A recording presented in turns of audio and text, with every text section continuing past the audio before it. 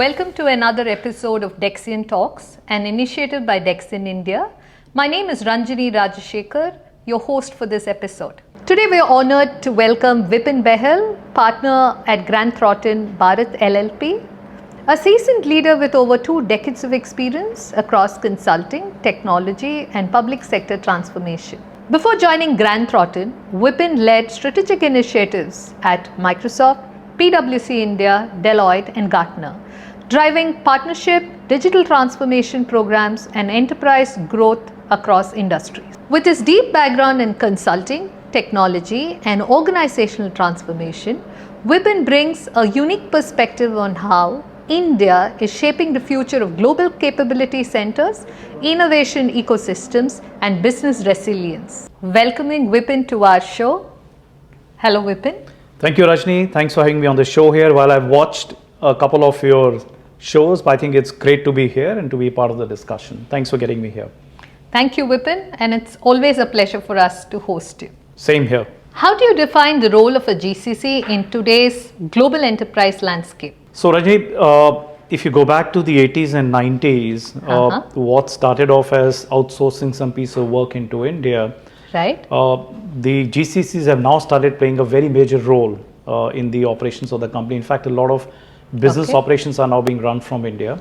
What started off as a simple finance or an HR process to be outsourced is now moving more into re-engineering the processes, looking at what benefits the businesses can get, looking at even innovations that are happening. So I think it's going to play a very crucial role in the worldwide economy. That's a good start, Vipin. How have GCCs evolved from a cost center to strategic innovation hub? So Rajni, I'll again go back and repeat what I said earlier. If you look at the outsourcing work that started, in the 80s and 90s, and then after the Y2K revolution, a lot of other work started coming to India. It was primarily outsourced to India because of the cost arbitrage model, because it was easy to get the Indian resources. There's a fair amount of savings the global companies had, and that's why you saw a lot of these centers mushrooming in India, what he called is the offshore development centers. But as time passed by, they became the centers of innovation. And what we've been seeing is that from a pure finance outsourcing to an HR outsourcing, they've started playing a major role in redefining how the businesses are being run. They've become the centers of innovation. A lot of product designing has started happening. Given the advent of technology now, that's being used to the advantage of the Indian firms, and also given the scale that we have in India, the technical talent we have, they've started participating more and more in global decisions. We are also seeing a lot of global positions now moving to India.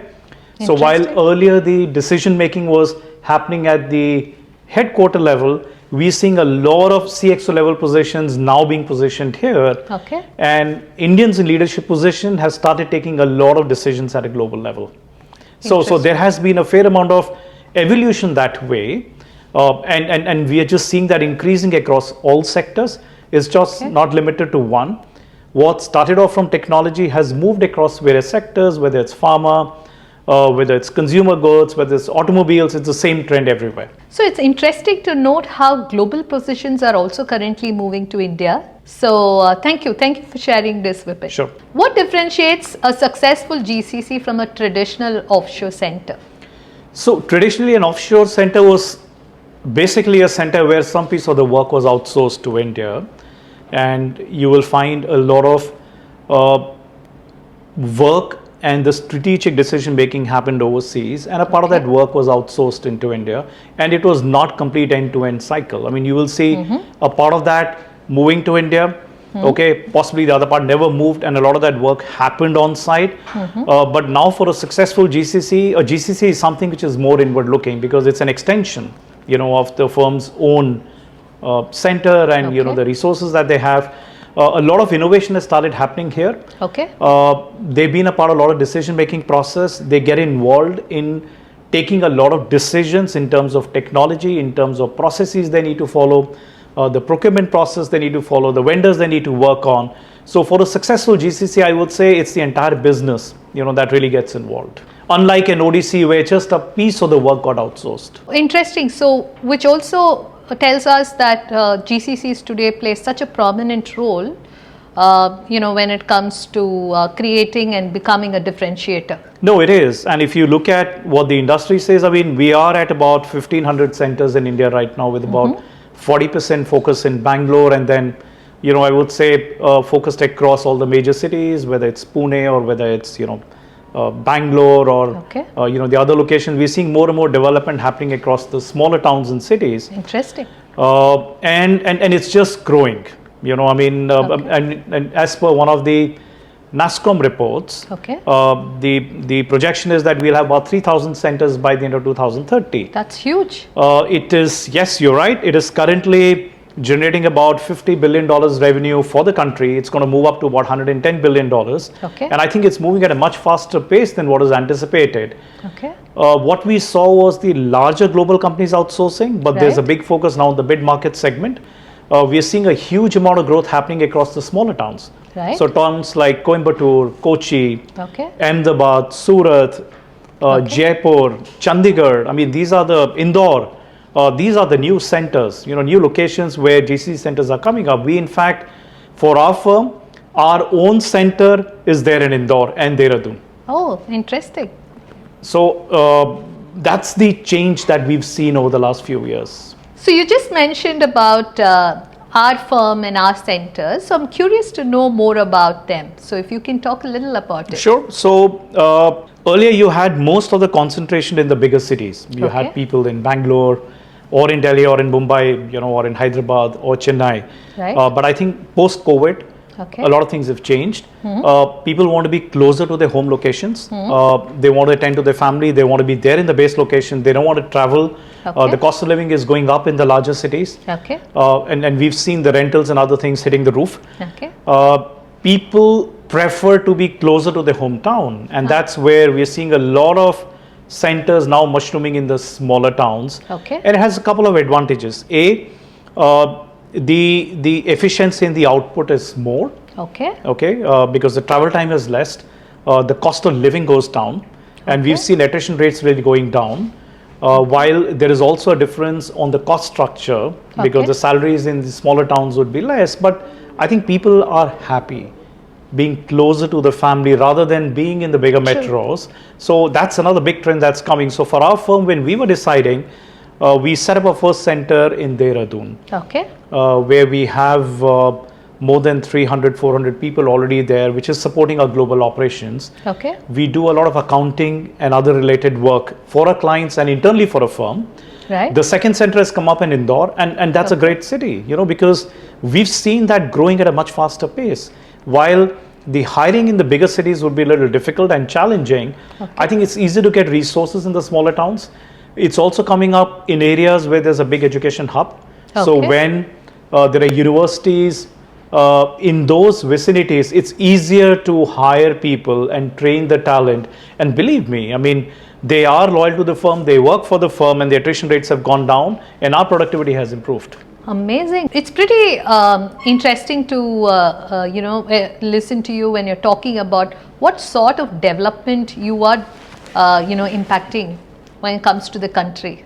So if you look at the Prime Minister's vision on Viksit Bharat, I mean, and I'm sure we all have seen the development happening over the last few years.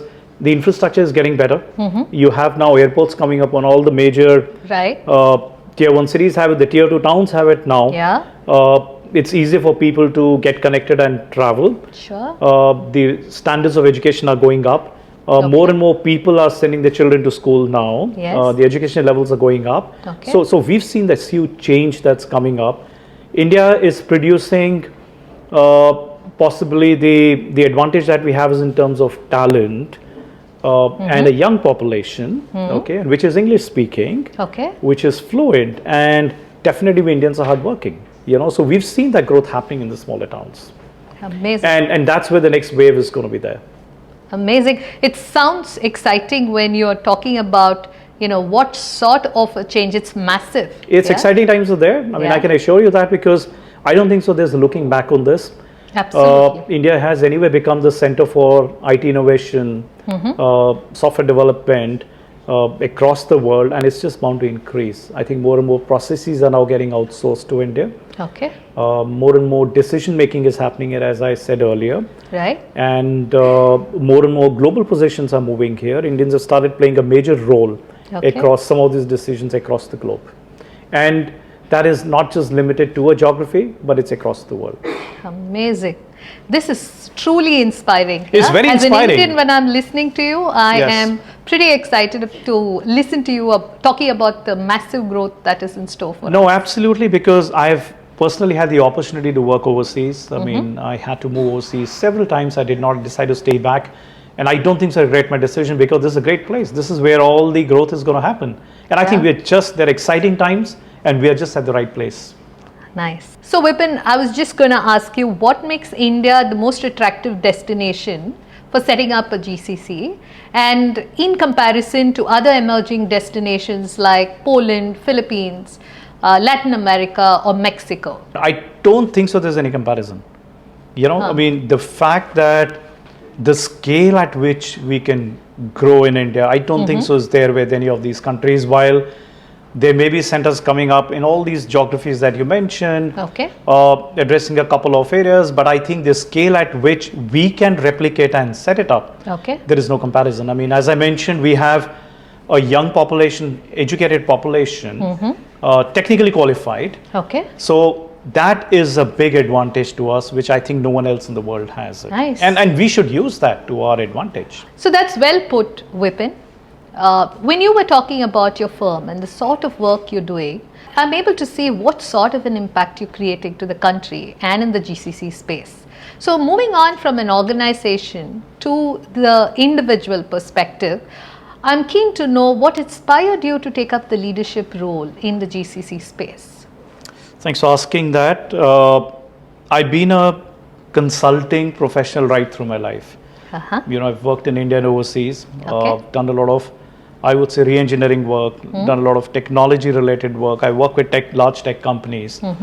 And I realized that the reason that we as a country, one of the main reason also the growing economy is because of the capability that we have on the technology space to create a meaningful impact both for the country and for the world. Having done all of that, I saw this as an opportunity because I've always been trying to solve the business problem for the customer. Whether it's any kind of advice they may want, any kind of technology solution they want. I feel that being a part of such a practice, the impact would be much bigger. We should be able to address some of the larger global issues, sitting in India. And I personally feel that I can play a leadership role in that to have a meaningful impact to the society and to the world. And that's the reason why I decided to embark on that journey. While the usual work has been going on, we've been doing that piece of work, but I thought this was different.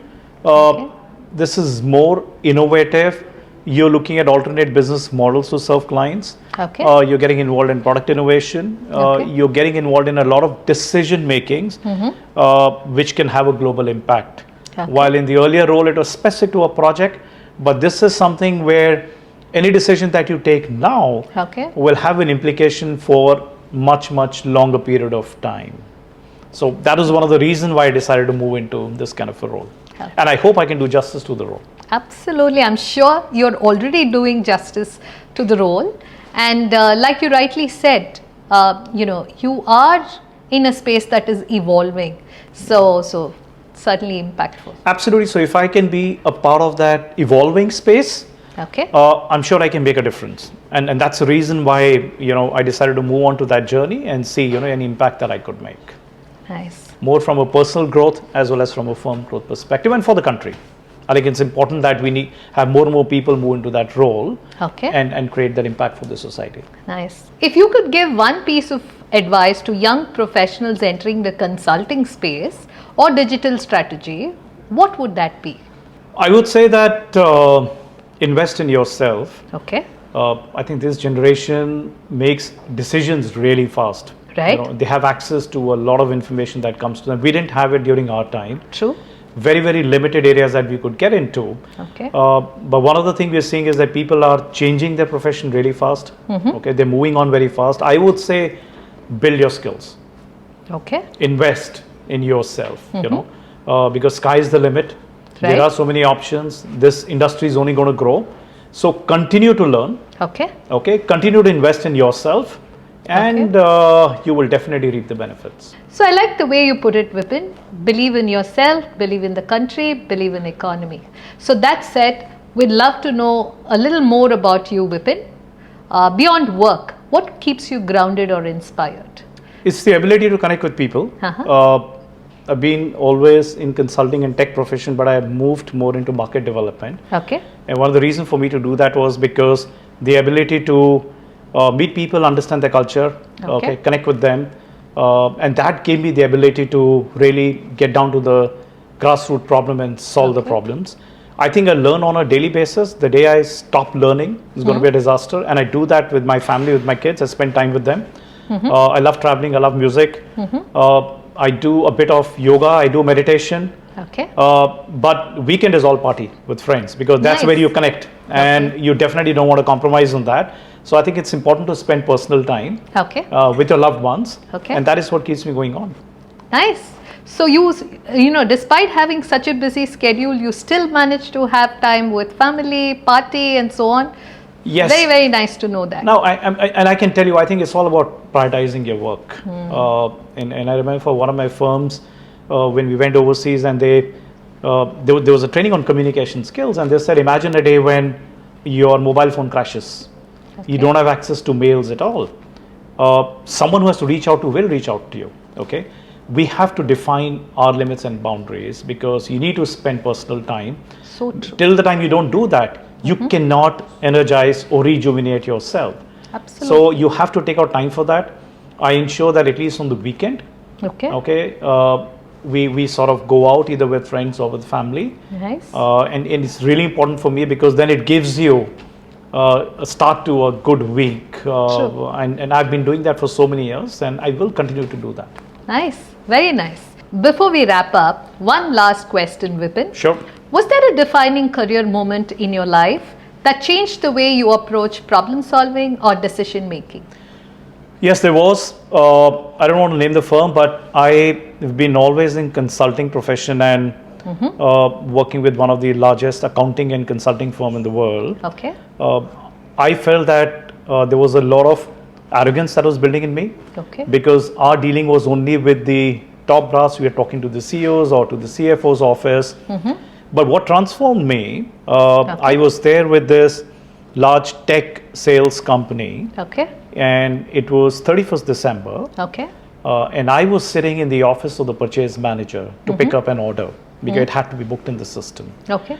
And what that made me realize was that everyone in the hierarchy is important. While it's important to map the people at the top level, it's important to also map everybody else under him, because it's the people who really move the file. It's the people who actually execute. So that was a defining moment. Okay. And that prompted me to think that if you were to approach a problem, you have to not only just speak to the people on the top, but go down, really speak to the end user and understand what the problem is, and then solve that. So I thought that was a defining moment, because that gave me the ability to really sort of value everyone around you. Okay. I think every person who's in a role has some value to deliver. There's a role that they're playing, and we must appreciate the role that they have. And I think let's respect them for that. The moment you start doing that, you're not going to lose a customer. You'll have a friend for life. Nice. Thank you for coming to this show, Vipin. And I must say, very interesting conversation. Thank you so much. Thanks for getting me here. It's a pleasure to be here as a part of the Dexian talks that you have. It also gave me an opportunity to do some introspection and actually figure out what are some of the things that you like, and what are the things that you've been focusing on. So thanks for giving that chance. And I look forward to being here again. Thanks for the opportunity. You're most welcome, and it's absolute pleasure. Thank you. In Dexian, we believe we are in the business for good. And it's been a great conversation with Vipin. Thank you, Vipin. Thank you, Ran. It was a pleasure meeting you. Thank you. This is a small token of love and appreciation from Dexian. Thank you so much. Thanks for getting me here. We are Dexian. in the business for good.